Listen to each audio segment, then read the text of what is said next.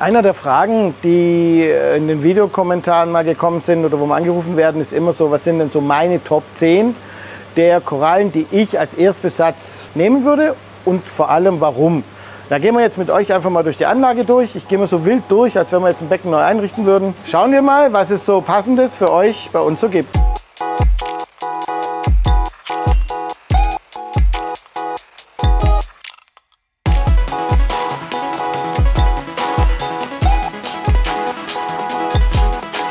So einer der besten Korallen, die ich für den Anfang halte, selbst für Beginner-Aquarien, sind eigentlich unsere Montipora-Platten. Da haben wir zum Beispiel rote und grüne Montipora-Platten. Es gibt viele verschiedene Arten. Das Tolle aber zum Beispiel an den roten Montipora-Platten ist einfach, dass sie sehr schnell wachsen. Man sieht anhand der Rotfarbe den Stand von Phosphat und Kalium und kann dann auch also ein bisschen mit Nährstoffwerten und Spurenelementen, gerade Jod zum Beispiel, sieht man hervorragend an den roten Montipora-Platten, weil wenn sie nämlich so ein bisschen stumpf sind und so gräulich werden, eigentlich wie immer, wenn was nicht gut passt, wird immer alles so ein bisschen stumpf und grau, dann kann man schon sehen, dass es auf jeden Fall an Phosphat, Kalium oder Jod liegt und kann entsprechend, ohne dass man einen ICP-Test macht oder viel rumtesten muss, eigentlich schon sehr schnell lernen, die Gesundheit der Koralle zu beobachten. Abgesehen davon, dass sie einfach eine mega Farbe hat. Einer der größten Fehler übrigens ist, Montipora zu benutzen, wenn man ein SPS-Becken machen will. Also wenn man ein Acropora-Becken machen will, dann lasst die meisten Montiporas am besten raus, weil nicht lustig, jedenfalls nicht auf Dauer. Aber wir fangen ja jetzt ein Aquarium an. Wir haben ein 200-Liter-Becken oder 300-Liter-Becken und wollen uns ein schönes Mischaquarium machen. Da beginne ich nicht mit ausgeflippten Acroporen, sondern da beginne ich mit genau einem Mischbesatz. SPS ist übrigens kein Qualitätsmerkmal. SPS besagt einzig und alleine kleine Polypen und LPS große Polypen. Und dann gibt es noch so ein paar Zwischenstufen und Weichkorallen und Zoanthus und Scheiben. Ist alles kein Qualitätsmerkmal, weil es von jedem Tierart gibt es welche, die sehr gut geeignet sind, manche halt nicht. Es geht um die Arten und da ist es halt auch relativ einfach, wenn man ein bisschen darauf achtet. Das, was viel nachgezüchtet wird, was also viel angeboten wird, weil es schnell wächst, das sind die einfachen Sachen. Ganz simpel, weil die wächst ja überall wie blöde. Wenn ihr damit anfangt, ihr Becken mal vollhaut, dann habt ihr genau das gleiche Effekt wie beim Süßwasseraquarium auch. Da fängt man auch nicht mit der langsam wachsendsten Unterwasser-Orchidee an, sondern man haut am Anfang Pflanzen rein, die Schub haben, die gut wegziehen und tauscht die Stück für Stück im Laufe der Zeit aus, um an sein Traumaquarium zu kommen. Aber wie gesagt, wir sind jetzt hier mal bei der Beginner-Ecke, nicht bei den Profis. Das können wir dann gerne mal machen mit Spezial-SPS. Und da gehören zum Beispiel diese roten, grünen Monti-Platten zum Beispiel, die Standardplatten auf jeden Fall dazu. Genauso aber wie die astförmig wachsenden Montiporen. Hier seht ihr jetzt unsere dunkelvioletten. Wir haben die aber auch noch in Rot und Grün. Es gibt sie auch noch gemorpht. Es gibt auch Platten, die zusammengestellt werden in aller Couleur. Und ein Montipora-Becken mit gelben, roten, grünen, mit violetten Ringen, mit astförmig wachsenden dazwischen sieht mega scharf aus. Gehen wir einfach mal durch die Anlage. Also hier haben wir jetzt eben unsere Montipora gehabt, wo ich ja ein Fan bin, aber sie sind nicht immer einfach, sind Zoanthus und oder Scheiben-Anemonen mit dazu. Da braucht ihr ein bisschen die Erfahrung mit dem Kollegen, der euch das dann verkauft, welche von den Arten schnellwüchsig sind und welche nicht. Was ihr aber nicht machen sollt, sind die ganz giftigen Palitor-Arten, beziehungsweise auch diese ganz extrem schnell wachsenden Zoanthus-Arten, die es so teilweise gibt. Wenn sie dann zu billig werden, die Zoas, dann habt ihr meistens genau so eine Art. Und daher davon lieber die Finger weglassen. Lasst euch sauber beraten. Es gibt eine unfassbare Menge an unterschiedlichen Zoas, Scheiben-Anemonen, was ihr euch vorstellen könnt. Nachher zeigen wir euch gleich noch, wie so eine schnell wachsende Zoa aussieht. Weil wir haben da so circa 5 bis 8 Quadratmeter schon in unseren Anlagen am Wachsen. Da könnt ihr gleich drauf dann mal schauen. Also Zoas, Scheiben-Anemonen, vor allem einfarbige Sachen. Es gibt die mit gestreift, gepunktet, sind ganz toll. Wo ich zu Beginn vielleicht jetzt erstmal ein bisschen langsam machen würde, wären diese ganzen babbeligen oder mehrfachfarbigen Scheiben-Anemonen. Die kommen öfters auch aus Kaltbereichen raus. Die sind ein bisschen schwierig im Handling. Später. Da habt ihr Platz und Lust und wie gesagt, sie sind auch preislich meistens immer erheblich viel teurer. Völlig unterschätzt. Völlig unterschätzt. Und heute manchmal auch von Profis belächelt sind Weichkorallen. Weichkorallen, muss man ganz klar sagen, sind echt scharf. Es gibt wunderschöne Tiere, die ganz tolle Polypen haben, lange Polypen, weiße Hälse. Dann gibt es die in allen Farben und mit ganz strahlendem, leuchtendem Grün. Und sie haben immer den Riesenvorteil, sie bringen richtig Biomasse ins Aquarium. Das heißt, ich habe sofort Masse, die wachsen kann, die Nährstoffe entnimmt und da habt ihr dann richtig Spaß mit. Zum Beispiel habe ich für euch da auch noch den Bereich drin, wie ihr hier seht. Hier sind kleine Zuchtsachen, die wir drin haben. Wenn ihr jetzt mal diese kleinen, langpolypigen japanischen oder Madagaskar-Lederkorallen, die da sind, die sind jetzt noch klein, füllen aber ein Becken schön aus, sind kein großes Problem, wenn es darum geht, dass sie sich gegenseitig vernässeln, aber machen richtig was her. Vor allem, wenn die Polypen ganz lang sind, wedelt es im Aquarium rum. Freut wirklich jeden, der sich jetzt nicht so sehr damit beschäftigt, auch weil das immer der Hingucker schlechthin ist. Bei der Platzierung von solchen Korallen, was schlägst du vor? Das sind ja Tiere, die können richtig groß werden. Macht es Sinn, das zum Lückenfüllen zu verwenden oder sind das Tiere, die wirklich als Haupttier eingesetzt werden? Das sind Solitärtiere. Scheiben, Krustenanemonen, kleine Sachen, die platziert man drumherum. Aber so eine Lederkoralle ist ein Solitärtier, das heißt, ich suche mir schon meinen Platz raus. Dabei ist es nicht so, dass Weichkorallen einfacher sind oder mit anderen Sachen zurechtkommen. Eine Lederkoralle perfekt hinzuziehen bedeutet, dass ich genauso gutes Wasser brauche wie für LPS und SPS. Ich brauche genau die gleichen Wasserwerte, weil erst dann zeigt sie ihre wahre Schönheit.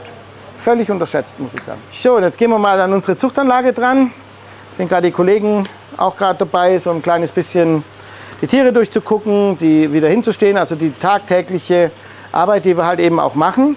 Und was wir hier drin haben, es ist ein Liebling von mir. Ich weiß, manchmal wird auch ein bisschen arg, das geht nicht, das kann man nicht in einem Aquarium halten. Ich habe es in meiner Zuchtanlage drin, direkt neben der Strömungspumpe. Und lustigerweise, die Anemone sagt, sie bleibt da, wo sie ist. Wenn man Anemonen ordentlich füttert, wenn man ihnen ein Pärchen Symbiose-Anemonen reinmacht und man hat ein älteres Tier, dann bleiben die auch da. Man kann aber auch ein Aquarium einfach so einrichten, dass es eben für Anemonen geeignet ist. Ich würde jetzt nicht mit Teppichanemonen anfangen, hier die grüne oder die rote, die wir jetzt gerade zur Zeit hier da haben, weil Teppichanemonen halt so diese kleine dumme Eigenschaft haben, das ein oder andere sich dann einzuverleiben. Vielleicht zu Beginn ein bisschen emotional schmerzhaft für den einen oder anderen. Auf der anderen Seite, meine Fresse, das sind halt einfach Jäger. So, und wenn da halt mal eine Garnele zu doof ist und da reinrennt, ist er halt weg. So, hätte sie ja aufpassen können im Unterricht, dann wäre das nicht passiert. Also auf jeden Fall sind Teppichanemonen mega, ich kann es aber nicht empfehlen, außer ihr macht ein wirklich extra Anemonenaquarium. Was aber zu Beginn immer sehr toll ist, sind zum Beispiel die roten Kupferanemonen, die es als Nachzuchten gibt. Wir haben die in verschiedenen Sorten, wir haben aber auch grüne da. Solche Tiere, die kann man immer einsetzen. Sucht euch für die einfach einen Platz, am besten, wenn dann Sand drumherum ist, also ein einzeln stehender Stein, wo man sie drauf platzieren kann. Diskuszuchtvasen eignen sich hervorragend, um die da reinzustellen, im Riff einzubauen. Dann ist ihr Fuß geschützt und dann bleiben sie in der Regel auch da und schaut, dass sie ein bisschen Futter kriegt, beziehungsweise noch idealer wäre es halt einfach, wenn sie ein paar Symbiosepartner hat, also ein Pärchen Anemonenfische. Größe des Beckens muss stimmen, lasst euch beraten. Aber wie ihr seht, man kann es machen und das Pärchen hier, was da ist, hat auch schon mittlerweile 25 Jahre auf dem Buckel. Also von dem her, wie ihr seht, es geht auch direkt neben einer Strömungspumpe. Aber mit Bedacht und lasst euch beraten dazu. Heute stehen wir mal bei einem meiner Zuchtbereiche drin. Auch ein für mich absolutes Lieblingstier. Und da geht es jetzt nicht um die ausgeflippten Euphyllias, die ja jetzt gerade ganz große Mode sind. Es geht um 3 Standardtiere, die für jedes Becken einfach sensationell sind, gerade zu Beginn. Was wir hier jetzt haben, sind eine tierische Auswahl an verschiedenen Euphylia-Arten. Was wir bevorzugen zu Beginn, sind die astförmig wachsenden. Habt ihr jetzt einen Händler da, der drauf steht, alles mit lateinischen Namen zu verkaufen, dann erkennt ihr das immer an dem Paar vor dem Namen. Also Paar Ancora, das gibt es Paar Divisa, das sind immer astförmig wachsende. Das kann ich euch mal hier einfach kurz zeigen. Das heißt, sie haben einfach einen schönen dicken Kopf und sind keine großen, abgeschnittenen Tiere, weil es die immer in 2 verschiedenen Versionen gibt. Außer der Glabreszenz, aber das sind jetzt wieder Details. Ancora oder Ancora, das heißt immer, das eine ist ein sogenannter Wallhammer, das heißt, es ist wie eine Wand und die anderen machen einzelne Köpfe. Wir bevorzugen in der Aquaristik die mit den Köpfen. Sie vermehren sich leicht, sie sind etwas unempfindlicher. Wenn es um eine Verletzung geht, dann kann man mal einen Kopf verlieren. Sie sind sensationell gut, um zu zeigen, wie die Fluorwerte sind, wie die Jodwerte und die Nährstoffwerte sind. Man sieht es an den Tieren sehr, sehr schnell, an der Änderung der Farbe, an den Änderungen der Spitzen der Farbtöpfe, auch mit Licht, kann man da sehr gut dran feststellen, wo stehe ich mit meinem Aquarium. Jetzt sieht man hier ziemlich gut, dass einige verschiedene Euphylienarten nebeneinander stehen. Das gegenseitige Vernässeln. Als Anfänger, was kann ich für Tiere kaufen, die zusammenpassen und was nicht? Immer natürlich individuell, aber wenn man jetzt mal bei Euphyllien zum Beispiel bleibt, kann ich alle Euphylienarten in einem Pulk halten? Nein, man kann sie nicht in einem Pulk halten. Aber wenn du jetzt in so eine Zucht kommst und du siehst halt, dass ich hier zum Beispiel die Hammerkorallen habe, also die Ancoras, dann ist es schon so, dass man sie zusammenhalten kann. Jetzt kauft man nicht viele verschiedene Korallen und stopft die einfach zusammen, sondern man platziert die mit etwas Abstand und lässt ihnen die Möglichkeit, ihre Köpfe zusammenzuwachsen. Das ist hier auch so passiert. Wir haben ja hier nicht angefangen und haben gesagt, wir stellen die gleich alle knusper komplett rein, sondern das sind verschiedene, wie man auch teilweise an den Arten sieht. Alles jetzt australische Arten noch, die wir hier drin haben, aber sie sind zusammengewachsen, indem sie einen Kopf nach dem anderen bilden. Dann ist das auch kein Problem, wenn das Wasser soweit stimmt.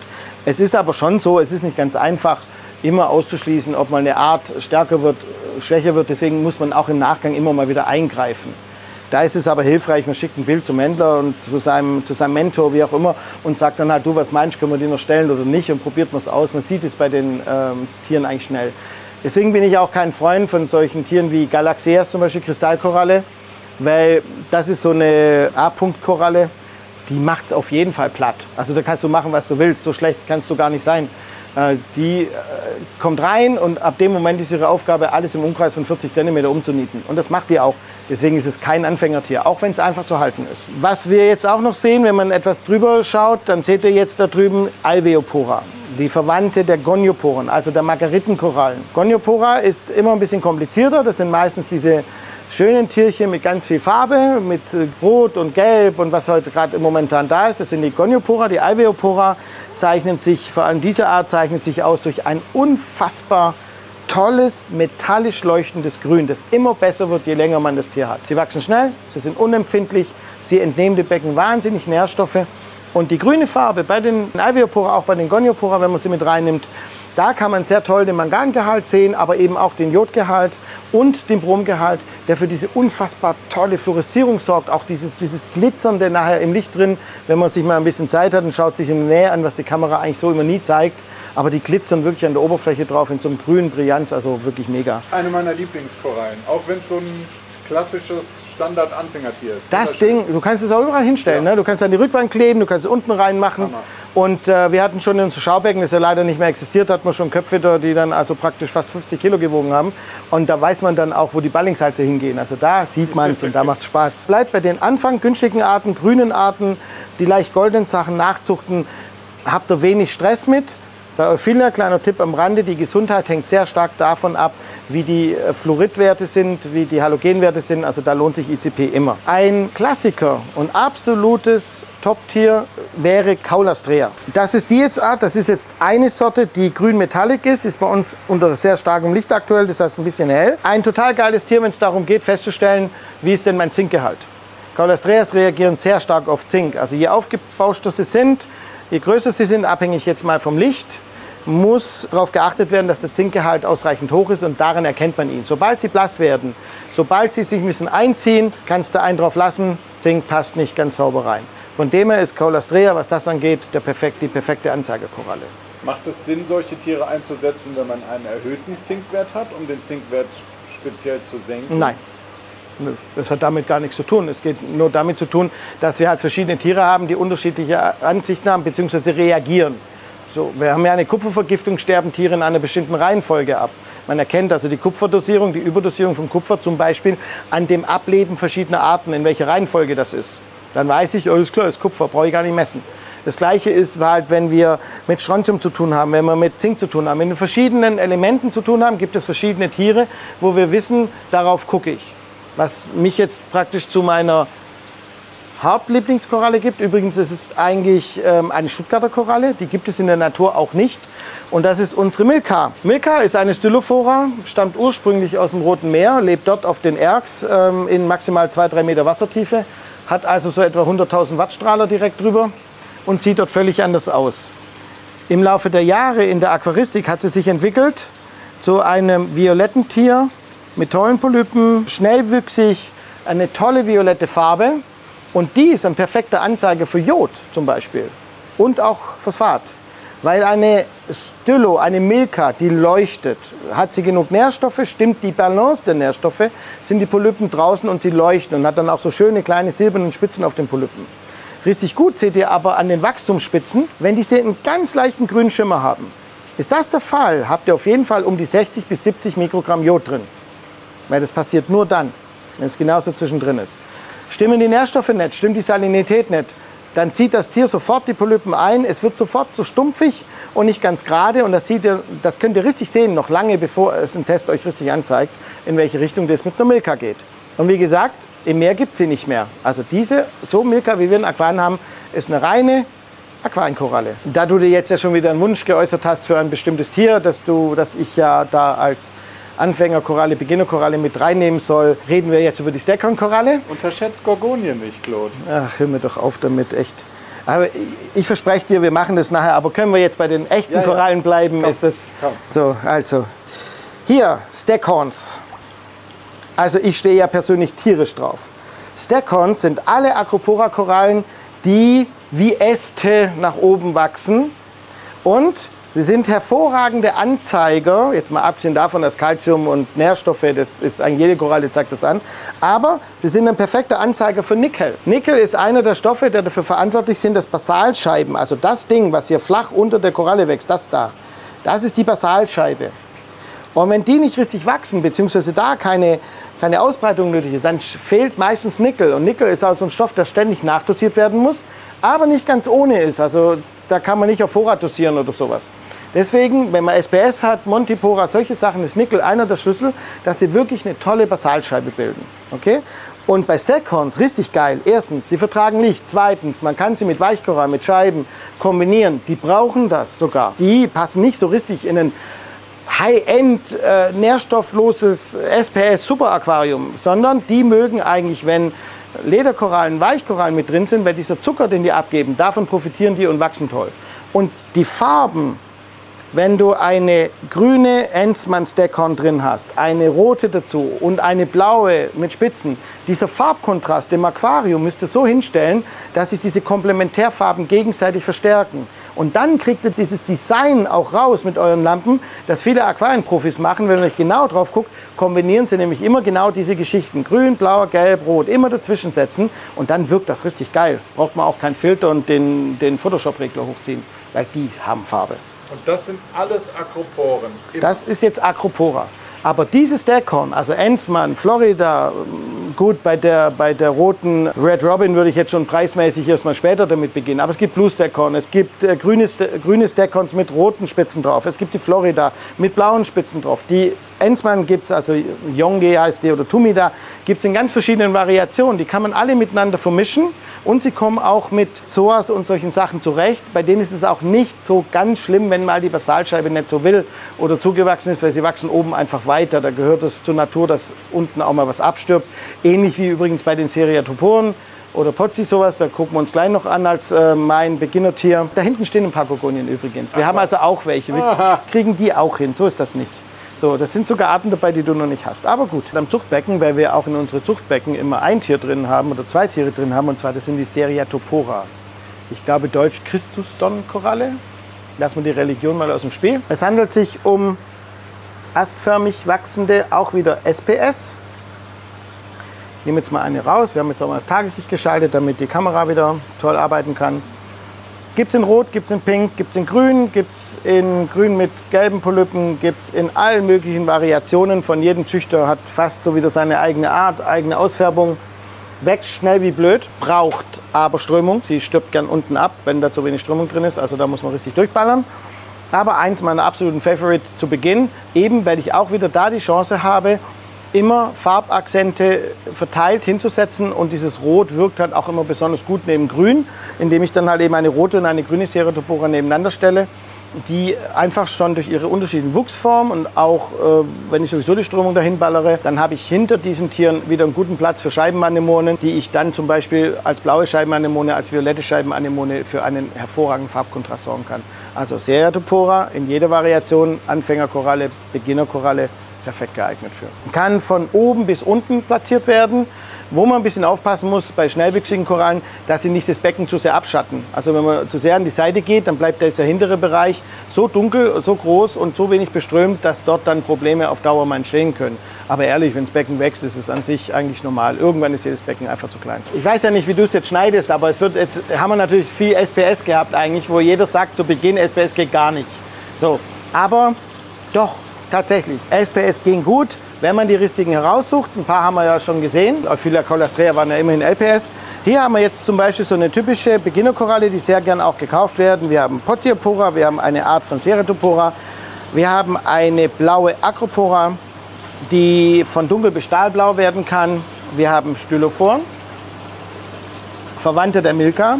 Die es in grün, in ganz rot, in rot-grün, in rot-gelb-grün gibt, in verschiedenen Arten Vermischungen. Je roter, je gelber, je härter die Lichtmenge. Also je stärker, je mehr Licht drauf machen. Je grüner die sind, umso weniger brauchen die. Hinten haben wir noch verschiedene Acroporen dann auch noch sitzen. Geht bis nach hinten rein. So, hier habt ihr noch schöne Stylos, die in pink sind, brauchen halt eben, wie gesagt, Licht. All diese Tiere sind zum Beginn gut geeignet, wenn die Algenphase einigermaßen abgeschlossen ist. Also je nachdem, wie ihr das Becken gestartet habt, kann sein, ihr habt ein bisschen Algen drin, fädige Algen. Wenn man es richtig macht, ist es eigentlich nicht so, aber da gehen wir auf ein externes Video dran. Dann könnt ihr die eigentlich ganz gut nehmen. Die einzige Gefahr für Seriatoporen oder Akros sind falscher Fischbesatz, weil dran rumgenibbelt wird. Und wenn ich noch fädige Algen oder Algenprobleme habe, weil die Fäden sich dann da reinsetzen und eben die Tiere dann stören. Und instabiles Wasser. Aber das, lasst euch gesagt sein, es gibt keine LPS oder Korallen, für die das egal ist. Es gibt nur Korallen, die mit Schwankungen besser zurechtkommen, wenn sie länger gehen als andere. Das ist aber der einzige Unterschied. Sterben oder Probleme haben sie alle auf Dauer deswegen. Insofern stellen diese gezeigten SPS als Starttiere kein Problem dar, sind gut geeignet und könnt ihr auch nehmen. Und jetzt schauen wir uns noch ein paar LPS an, wo ich jetzt zum Beispiel schon rausgeben würde, auch zu Beginn, die Spaß machen und die nicht so viel Licht brauchen und die man zum Beispiel auch in Nanobecken einsetzen kann, die ein bisschen kleiner sind und trotzdem gut sind. Hier ist jetzt eins der Becken, wo wir unsere LPS drin haben, beziehungsweise Weichkorallen, also verschiedene Affenhaar, verschiedene Clavolarien, Xenien. Und da ist es auch so, dass es Arten gibt, die sehr einfach in der Haltung sind. Also wir jetzt zum Beispiel, oder ich im Speziellen, ich würde Xenien als Beginnertier auf gar keinen Fall empfehlen. Weil wenn sie denn dann mal wachsen, dann machen sie euch das Becken in kürzester Zeit zu und ihr kriegt sie nicht mehr raus. Also Xenia ist kein Anfängertier, ich würde es euch nicht empfehlen. Im Gegensatz zu Clavolaria, wie wir sie hier sehen, haben wir gerade frische angesetzt, die es in tollen verschiedenen Farben gibt. Sind Xenia Verwandte, ist eine Weichkoralle, aber eben nicht so invasiv wie eine Xenia sein kann. Eine Xenia kann zum Beispiel sensationell dafür geeignet sein, den Magnesiumwert zu betrachten. Sollte der Magnesiumwert nämlich sinken, dann fängt die Xenia an, langsamer zu pumpen. Sie hat erst nur ihre Frequenz, wenn der Magnesiumwert richtig eingestellt ist. Ganz alter Trick von früher. Schiebt ein bisschen mit Magnesiumsulfat den Magnesiumwert wieder nach oben an, dann fangen die Xenien auch wieder schneller an zu pumpen. Es liegt also nicht immer nur am Jod, wie man es so schön lesen kann, sondern manchmal auch an anderen Elementen. Nennen das manche. Clavolaria sind sogenannte Stoloniferen, also die haben ein Gewebe. Und die sind ganz toll dafür geeignet, auch zu Beginn, weil sie zum Beispiel Schächte oder Steine oder Ecken überwachsen, die man so schlecht besetzen kann mit anderen Tieren zum Draufkleben. Dafür sind die gut geeignet und bei ihnen ist es auch so, dass wenn Jod und zum Beispiel Mangan nicht ausreichend da ist, dann zeigen die ihre ganzen Polypen nicht richtig, sind eingezogen und haben auch nicht die tolle Farbe. Als kleiner Abschluss für heute, irgendwie finde ich noch 20 andere, die ich gleich besetzen würde, aber als kleiner Abschluss wären es die Mikromussa, Akans, die es als Nachzuchten in Hülle und Fülle gibt. Sind Mikromussa und Acanthastrea das gleiche? Ja, hieß früher so. Also wir reden von der Lothovensis. Die hieß früher Acanthastrea Lothovensis, jetzt heißt sie Mikromussa. Die meisten Euphyllien heißen auch zum Teil anders, also Fimbrifylia. Ich habe immer für mich so ein bisschen beschlossen, dass wir teils auf den alten Namen bleiben, weil sie sich einfach über Jahre bewährt haben. Scolymia zum Beispiel heißt jetzt Homophylia. Das weiß ja wieder kein Mensch. So, und insofern bleiben wir bei diesen bestehenden Artnamen, die wir bisher gehabt haben und fangen nur langsam an, sie zu ändern und nicht alles auf einen Schlag. Die Acanthastreas, die wir hier jetzt zum Beispiel haben, sind unheimlich Farbvariationen. Sie kann man unter T5 halten, unter LED halten. Gibt es in 5 Farben, in einfarbige, in grün, in braun, in rot, in gelb, sodass man überall im Becken Akzente setzen kann. Sind nicht besonders schnell wachsend. Wenn man sie füttert, dann geht es ein bisschen besser. Durch ihre schönen großen Kelche ist auch immer ein bisschen Bewegung mit im Spiel drin und sind relativ robust. Also das ist auch etwas, was man durchaus direkt nach dem Erstbesatz, dann kann man auch mit Akans dann beginnen. Sie brauchen ein bisschen Strömung, nicht zu dolle, und dann wachsen sie eigentlich recht gut und bilden wirklich schöne große Kolonien, die vor allem im Blaulicht dann, auch wenn man mit Filter macht, natürlich unglaublich tolle Farbeffekte erzielen. Also für mich ist es ganz klar einer der Favorite-Korallen. Wäre Akantastrea, Mikromussa. Piep, Schnitt. Also wir versuchen jetzt das Video hier irgendwie noch hinzukriegen, ohne dass es ganz peinlich wird und wir hier die Lampen abräumen. So kann es dann plötzlich aussehen, wenn bestimmte Zoarten dann halt sich etwas breit machen. Mich stört es hier drin nicht, ist alles gut, aber in einem normalen Aquarium, es ist ja schon bald ein Quadratmeter, den man da seht, ist nicht so toll. Deswegen so eine Art da, die lasst ihr dann bleiben. Aber wie gesagt, lasst euch einfach beraten. Es gibt genügend Händler, die wissen, was sie tun.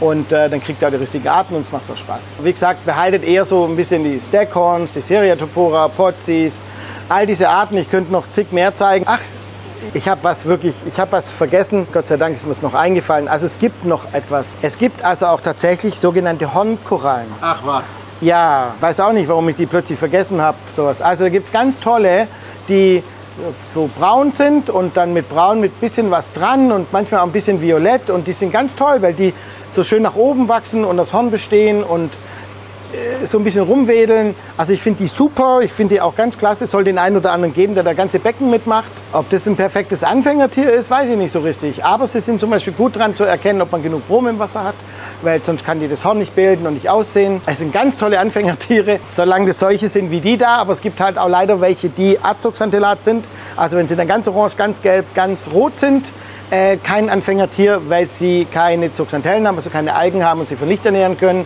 Da gibt es so 5, 6, 7 Arten, meistens karibische, 2, 3 indonesische Arten. Die gehen, die sind top, keine Frage, machen auch ein schönes Bild mit viel Strömung.